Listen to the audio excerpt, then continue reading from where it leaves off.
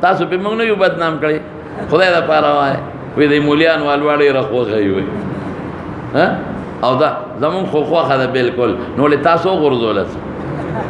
تاسو نه خوخه شادي حال کې چې کله تاسو روړې ورشیا وای او سویټ ډش پکې وی حلوا پکې وی نو زیات نه سلور 15 علماء او باقي ټول تاسو وې نه دا سلور 15 علماء تقریبا سلور 15 پلیټه به وخوري باقي ټول تاسو خو او بعد نامه مونږه چې د مولا حلوا خوخه ده زه خو صفا وایم زمون خوخه ده الحمدلله ما یو ځل یو بیان کې ویلو مې لکه ګوره مونږ چې حلوا خور مونږ له خدای ثواب راکړي او مې چې تاسو خورئ تاسو ثواب نه کېږي نو یو بابا راته بیا وروسته وایي مولوي صاحب یوه حلوا ده چې ته خورئ ستا ثواب کېږي او چې زه خورم زما نه کېږي وایي ځان ترې ترخزو واله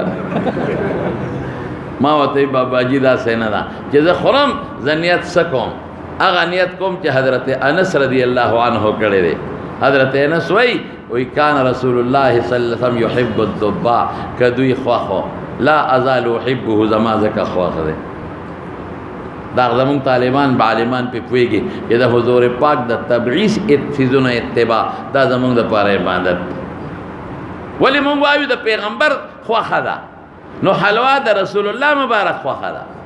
کان رسول الله صلی الله علیه وسلم یحب الحلوى والعسل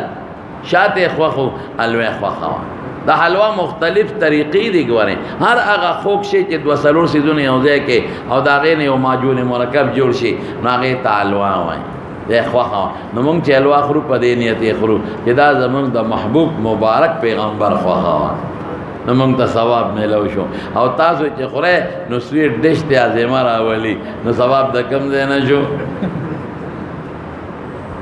د طالبانو ته وایم ګورې لکه که د حلوا پلیټ درته چا کېښو او غونډ د خلاص نه کړو نو ګورې ښه به ني اسم پې بدنامې نو کمبخته ولې نه خورې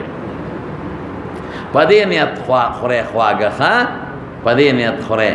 او د تفسیر تبذیر او د اسراف نه به هم کار نه اخلی چې دا د رسول الله مبارک خوښو نو د خوراک سره سویټ ډش سره اجر او ثواب به هم دله خدای پاک درکړي